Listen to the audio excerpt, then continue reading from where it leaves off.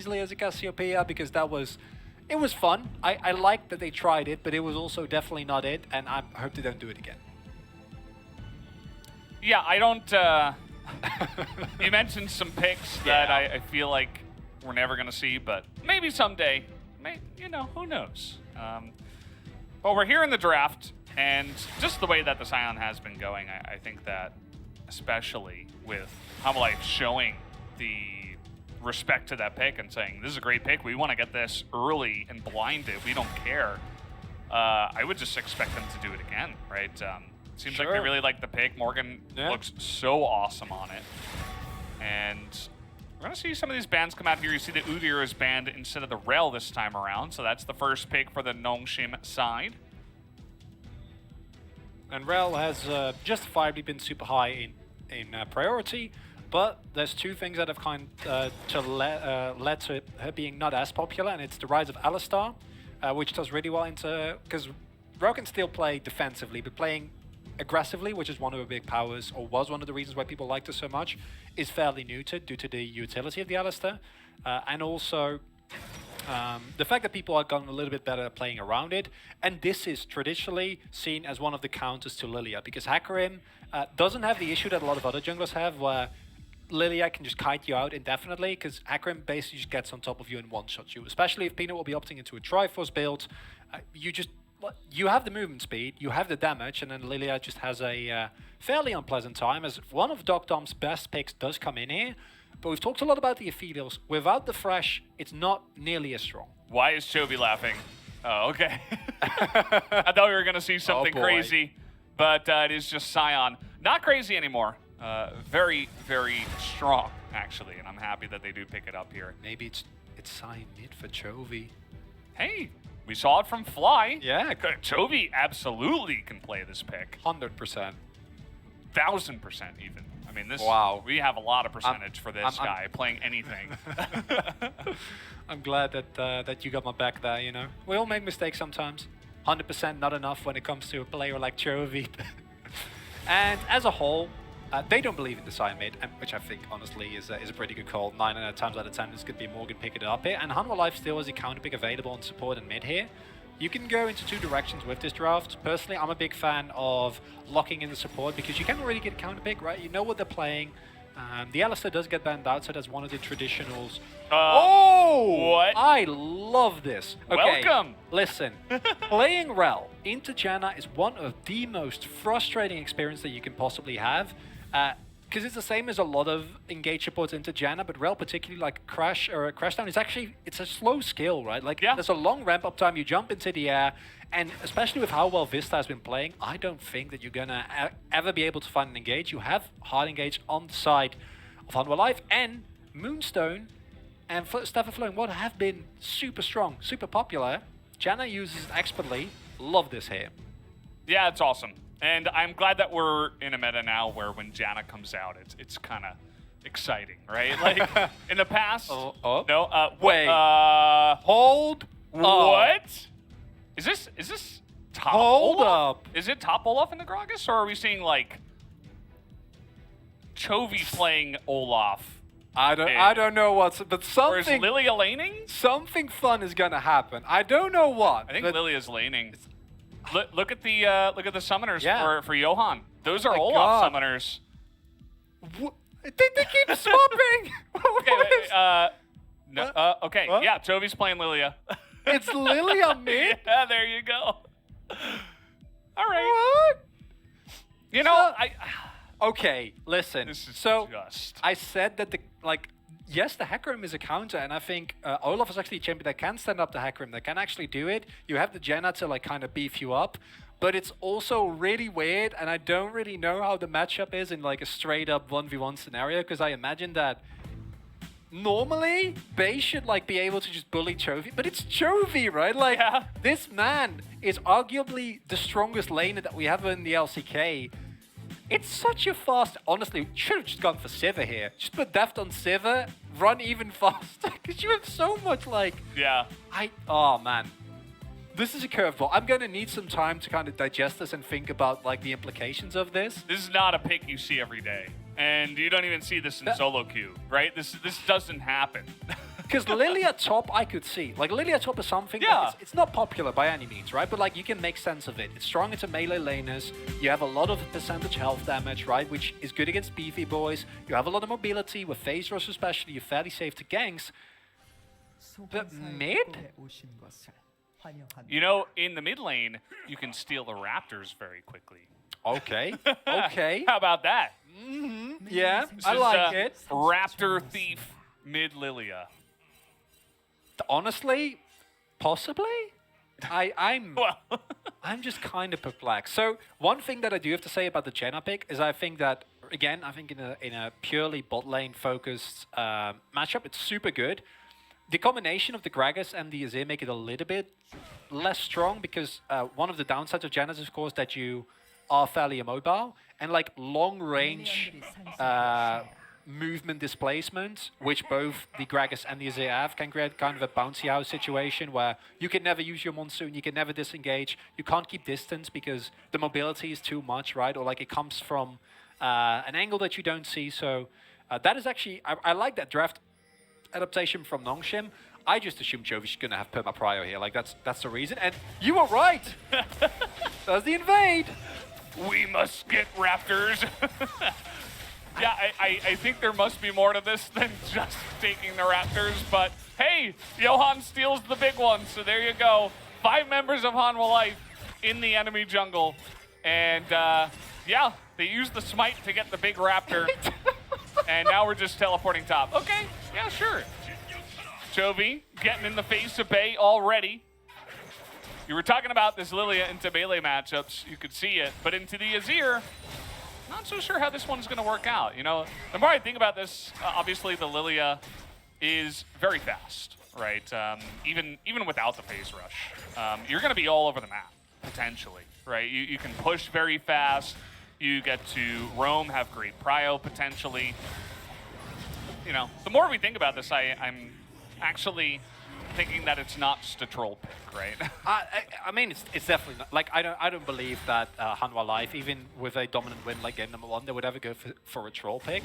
It's obviously super unorthodox, but this is something that Chovy has been outspoken about, where he feels like there is value in your opponent not knowing your matchup, right? Like, do you think Bay has ever played Azir into Lilia mid? No. Probably not. And it does actually create a lot of problems with regards to when can you go in, what are your trading patterns, right? Like how strong are you at certain item spikes relative to your opponent? Those are all things that Bay won't have access to, and presumably Chovy has played this before and will in fact know all those things.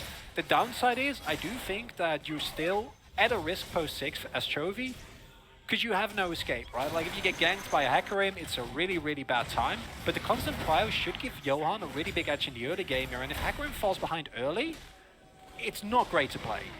Yeah, and maybe that's the idea here, right? Johan is going to get onto this Scuttle Crab early. As you can see, he wasn't able to clear out his whole jungle just yet.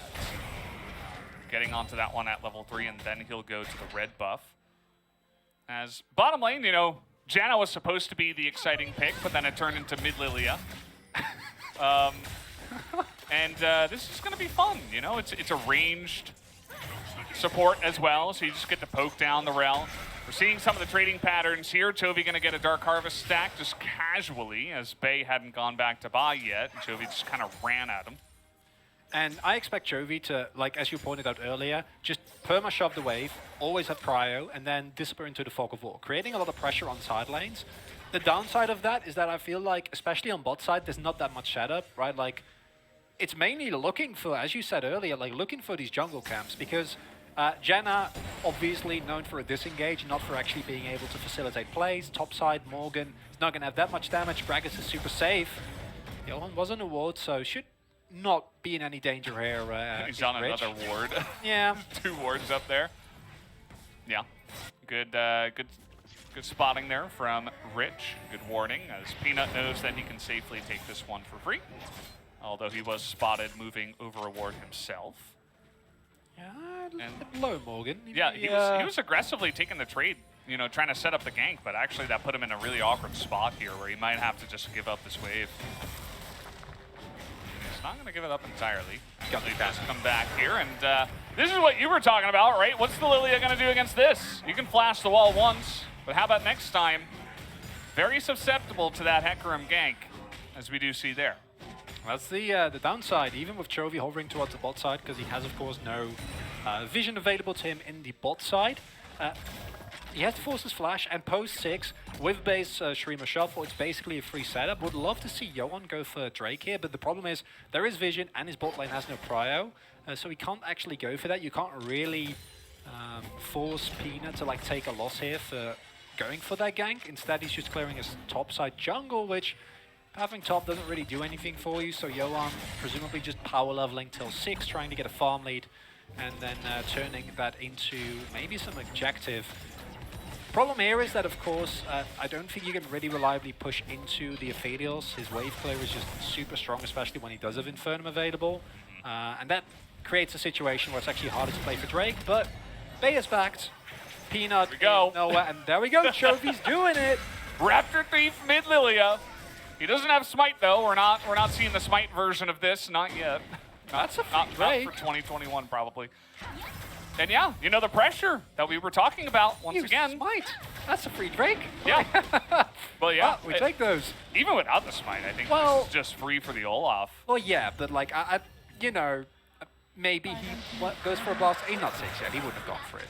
I was just happy about the Raptor stealing Lily. It's just even extra better. Yes, yes, we like that. As trap being set up here. Oh, here we go. The root will come in. Procced there as there's the tornado, but Hecarim with the follow-up. Turns out Exhaust is going to be pretty effective against that gank, and they both have to flash. Or actually, Def didn't even flash. He just healed. So that's a trade you take any time of the day, I think, as Hanwha live. Yeah, and both Duckdom and Kellen flash, so yeah, actually pretty nice. It's an even trade of summoners. You get a lot of intel. Peanut is not farming, which makes you very happy. And post 6, these type of plays are going to be way harder because this was Janna able to disengage without Monsoon, right? Like with Monsoon available, it's going to be even harder. Yeah. And let's not forget that I think if Hanwha Live get into like a mid-game team fighting stage with this composition where you've hit your one-item power spikes, right? Chovy's getting the tier 2 boots as well as maybe some early magic damage. And then you get the Moonstone on Vista completed. It's going to be so hard for Nongshim to get anything done. And it's going to be a relevant Drake here today. Both Ocean and Inferno are going to be super good here for Hanwha Live, who again looks to take control of the early game. Should be able to take that relatively uncontested. We saw a little bit of what happens in the mid lane, by the way, when Chovy doesn't have flash and he can't just run at the Azir. We're now after level 6. Even Peanut's about to hit level 6. So with no flash on the Lilia, you can't just run it down, right? You can't just clear the waves for free and be unaffected. He has to kind of sit back there. As we will take a look at this, once again, the flash engage comes out, but it is successfully disengaged. Yeah, and there you see the value of that Janna pick, interrupting the crash down, meaning that Kellen doesn't actually get the knock up. And then the immediate response with the exhaust, meaning that the Hecarim won't actually do damage on Slow Shadows, not yet available. And it's a super clean escape here from the Hanwha Live bot lane. And we have not seen a Janna in so long. I missed what the exact timing was. 201 days. It was Hens against Genji's life. And it was also into a Brom, so that says a lot about like how far the meta has progressed. Because we see neither of those champs really at this point in time. It's a little bit greedy from Peanut there. I don't think you can go for this. Yeah, he has pry open the top side, but again, Morgan can pretty much follow up very nicely after that. Peanut is wrapping all the way around. Interesting. Maybe looking for Chovy. And now Chovy on vision, no flash available. He's gonna just get booped here in the brush. This is kind of what we were talking about. Crabrave comes up, and that's a dead Lilia. No escape for her in that scenario. No counterplay against that one, and we were really excited, as I think everyone was, about the Lilia mid. But some of the weaknesses are still as relevant as they were before, right? Like, and this is the problem. This is why we often see teams ban the Hecarim when they do want to prioritize the Lilia so heavily, is because just the sheer amount of burst he has available is such a big problem for a champion like Lilia that's so reliant on, like, you eat one rotation and then you kite them indefinitely, right? Or you dodge a part of their rotation. You just can't do that. Fortunately for Hanwha Live, they do have a bot lane that's able to actually utilize the pressure that is put elsewhere on the map. As Yeah. I cursed it. That's on me. Yeah. Thanks, Sorry about Rockler. that. Caster cursing Deft and Vista. Oh. You can see that Vista immediately was like, nope, Monsoon, get the hell away from us. We want nothing to do with that. Deft did also have to flash, just to be extremely careful to not get comboed by the Rel. That's a really good way to lose this game as Hanwha Live, right? Is like, learn to let Dogdom get ahead. His Aphelios is really, really dangerous no matter what. And I really love this wraparound from Peanut, right? Like, it takes a lot of time, but he has priority on top side. There's no ward there. And that means that this combo, like, is always going to one-tap the Lilia. But if Chovy had actually, if they had been able to keep track of Peanut, if there was a ward there in the Tribe Rush, then all of a sudden this doesn't become available. And this is Nongshim using Rich's comfort on this Gragas to actually utilize the lack of vision that Nongshim was able to set up on top side and turn it into a really nice play. It gives him the Rift Herald as well, and unlike last game, Nongshim have a composition that actually skills super well, right? Like, you can definitely play this late game. I'm really interested to see how these two team compositions are going to play up against each other, because there's a lot of factors that we haven't seen in a long time. Obviously Lilia mid, but also how Janna is going to be utilized in these team fights. So it should be a really fun late game if we're going on even footing. Kellen is going to have to crash down away. As in goes Johan, really trying to burst down that Aphelios, but will have to back out of there after nearly taking him down underneath the turret. But again, just a little gank like that, even if you don't get the kill onto Duckdom, means that Peanut has to respawn, has to come down to the bottom side to get a little bit of prio down there. And with the Drake available, looks like Johan might be able to take it here. Oh, Deft. Oh, Deft, though, he doesn't have his flash anymore. As, yeah, he's just gonna try to ult away here. Where is the follow-up from Duckdom? Gets that one auto off, and the flash will come through. He will get the final auto. And this means that Johan will have to back off the Drake as well. And Nongshim, they're beginning to turn some of these fights in their favor. Maybe Hanwha Life actually being a little too smart for their own good there. I feel like they already felt like that was in the bag, right? Like, Johan's doing the Drake, but there's no reason for Deft and Vista besides getting greedy for plays and wanting to shove the wave in real good.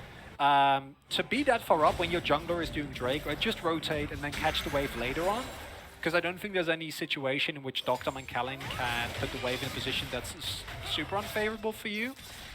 Because now you're actually slowing yourself down considerably, and this is not a situation, like I said, like last game, where as Hanwha Life, you win late no matter what, right? Like, you actually need to respect the Nongshim team composition. They have a really good, well-scaling jungler. Dogdom's prowess in late game team fights on this Aphelios is very well documented. And even though I love this initial, this is after the initial play that I really, really liked, then going in this deep again and being this far up, like, the wave is already pushed in. Right, this is just greedy from Deft and Vista, and it creates a situation in which instead of a Drake, and you know, like a completely free prio on that, 2 Drakes already this early on, you actually give up a lot. Not loving that from Hanwha Life here. Well, they're trying to convert up in the top side, but Cask and Teleport will come in. You mentioned Duckdom, he's going to get even some plates under his belt here with the Rift Herald that was secured after that kill onto Chovy. And so some really nice maneuvers here now from Nongshim. They're getting the gold in all the right places. Just doing a nice job, just keeping that wave in the right place as Deft is trying to min-max some part of the jungle as well. It's a pretty interesting game now. We're kind of on even footing at this point in time. We have an Infernal Soul again. And still waiting to see how this Lilia is going to eventually play out. The good thing, of course, is as Chovy, no matter what, like, Lilia's impact in teamfight is very well documented. You are a champion that no matter what in front of back teamfight, hitting one good bowling ball is already enough to, you know, get yourself a strike follow-up where you just sleep 2 free members. If they're key members, you just straight up can win the teamfight off of that. So it's still going to have utility in that regard. But one of the reasons why Lilia has been so popular is also because she's able to reliably, like, outfarm the opponent, find a lead, kind of snowball from there, and then get, like, a big item advantage. That's not the case at all. Chovy is actually, especially for him, like, normally this is a small lead. For Chovy, this is basically not a lead because we're so used to him, like, hitting absurd CS numbers. And we need to be convinced, right? Like, something as off-meta as this, as that Lilia mid, like, the idea is nice, but the Olaf hasn't really found any real value.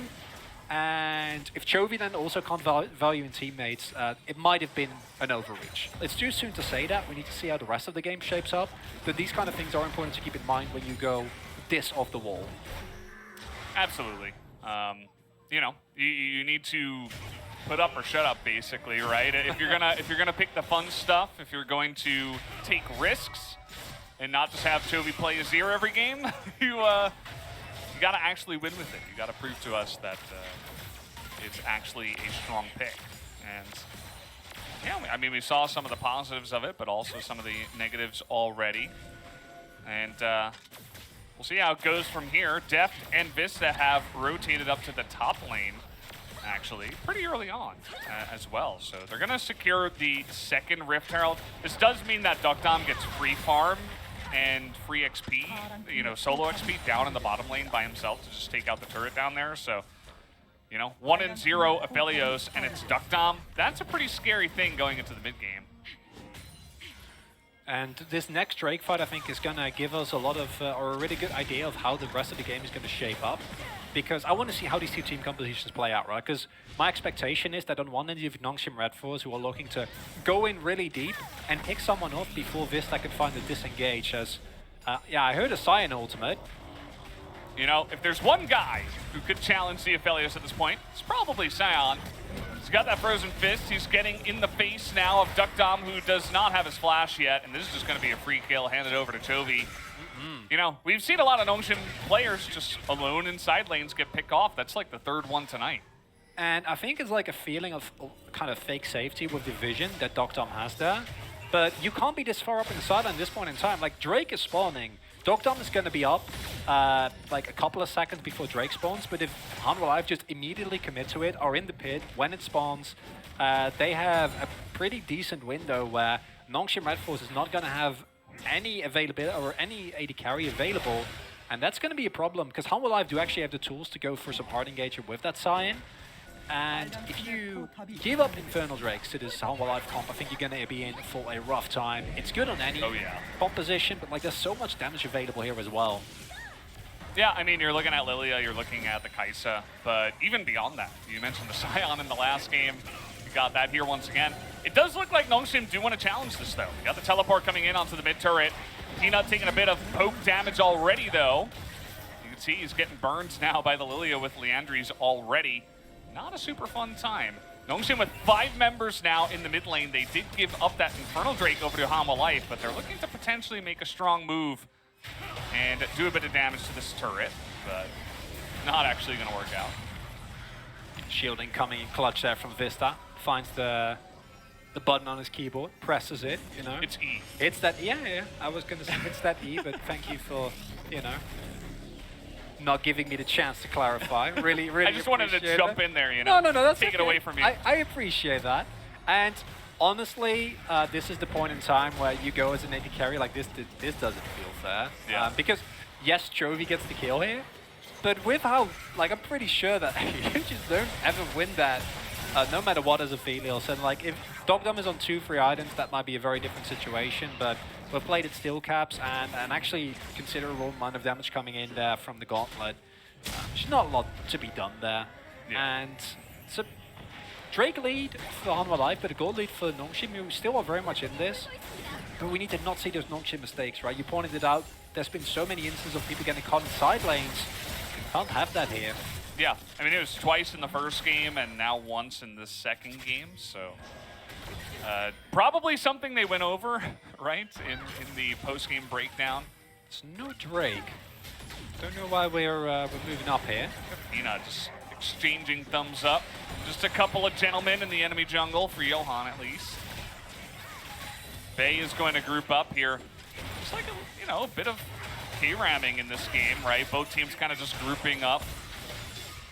I wonder how Chovy would feel in a side lane, just like insta-push lanes and run away.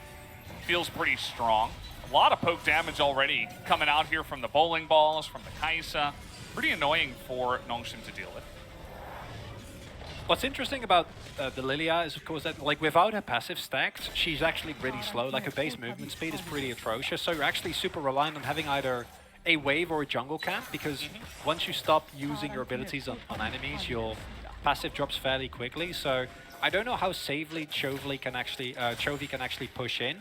But as you said, it's been a K-Ram thus for a while. Like, it doesn't really matter what you want to do with sign lane assignments when everyone's just grouping together no matter what. And you can get this from both perspectives. Nongshim Redforce, I think it's fairly self-explanatory. They have a good front line in Rich and Kalen. And then you have Peanut, who can dive in deep together with Bay, create space for Doctor, who can then just shred through anyone that comes near him. But he does need his items. We saw Morgan is not at a point in time yet where he's actually killable. If he gets a Bramble Vest or a Fallen Mill, it's going to be even Doctor kind of annoying to get through him. And we still haven't actually seen a straight-up 5v5 team fight, right? And I think the kind of dissuading nature of Janna also helps facilitate that. And I'd love to see if Nongshim can just brute force their way to it, because they have the tools. Ooh, this is going to be interesting. Chovy did not see Bay in that side brush, as Peanut is up here as well, and that should be just a dead Lilia.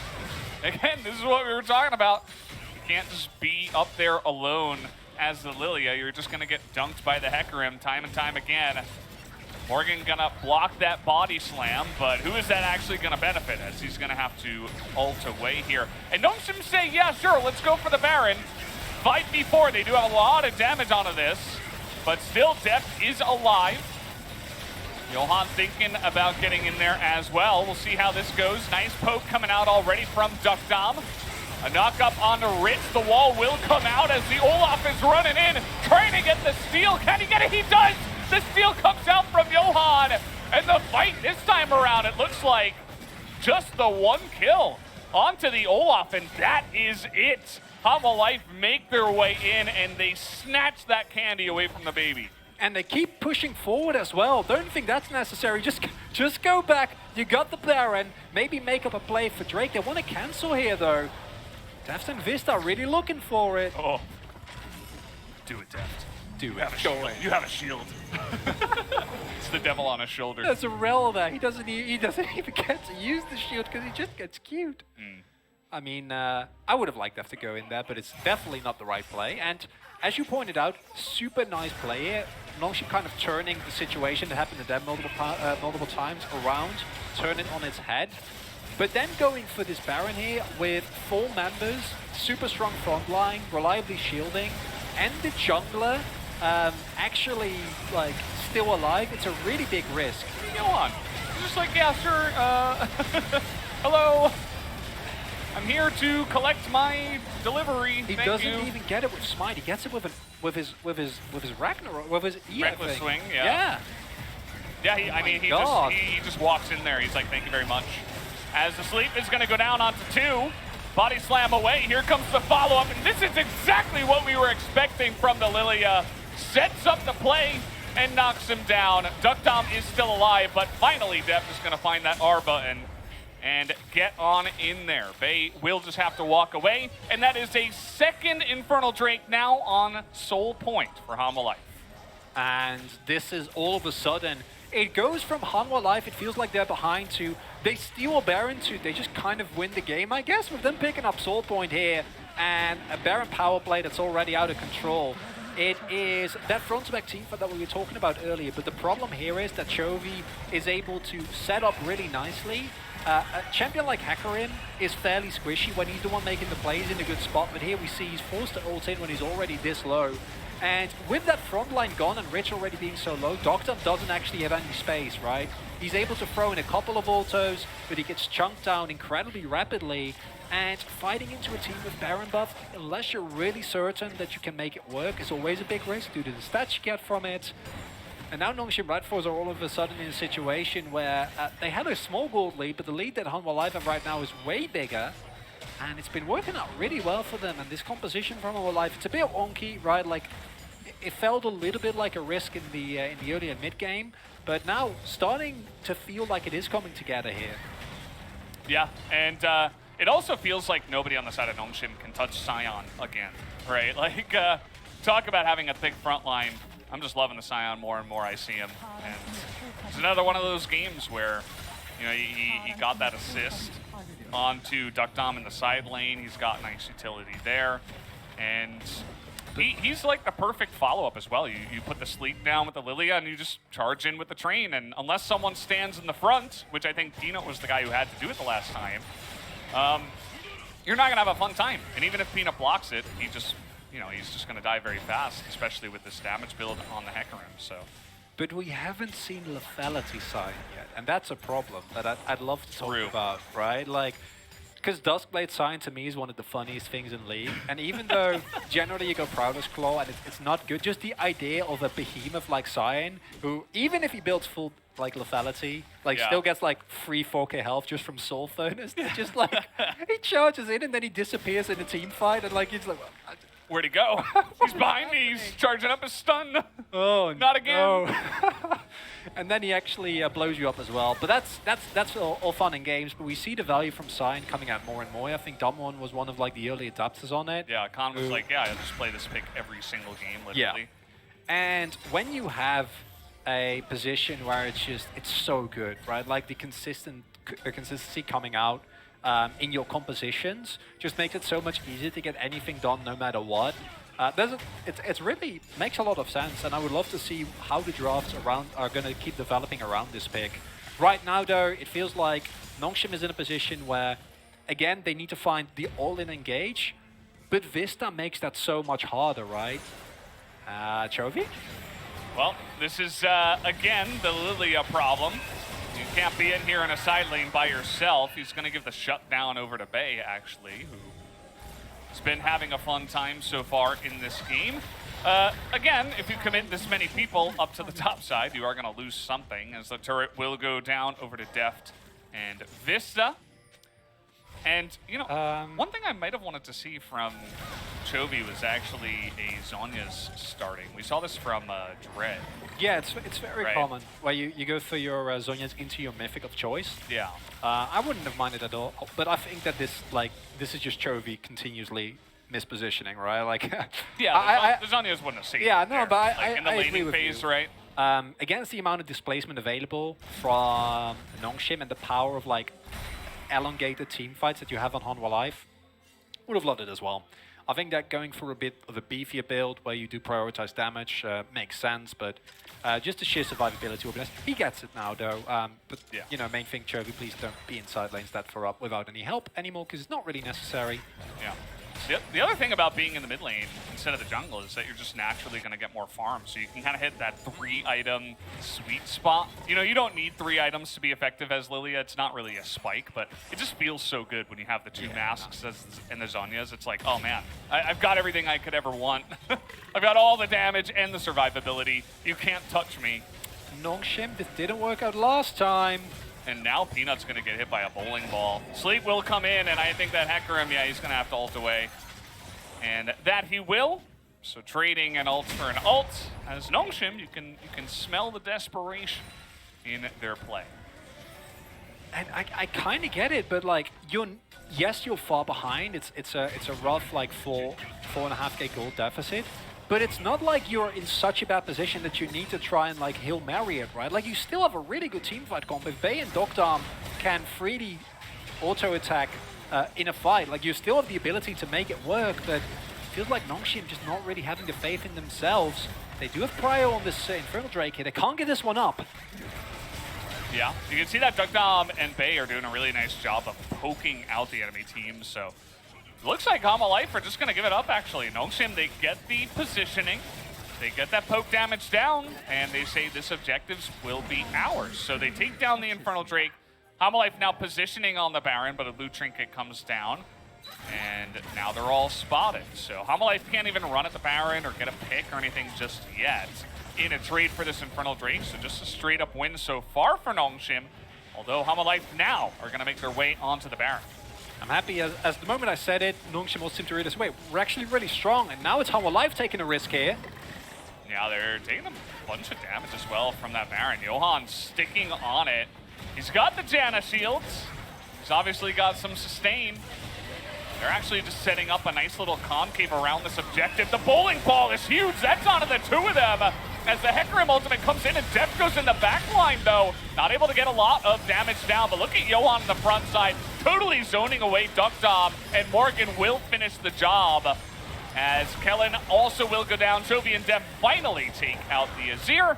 And it looks like Rich is the only one left alive. As the knockup comes in, and Deft will knock him down. That's going to be an ace here for Hanwha Life, as they will push in and potentially end the game.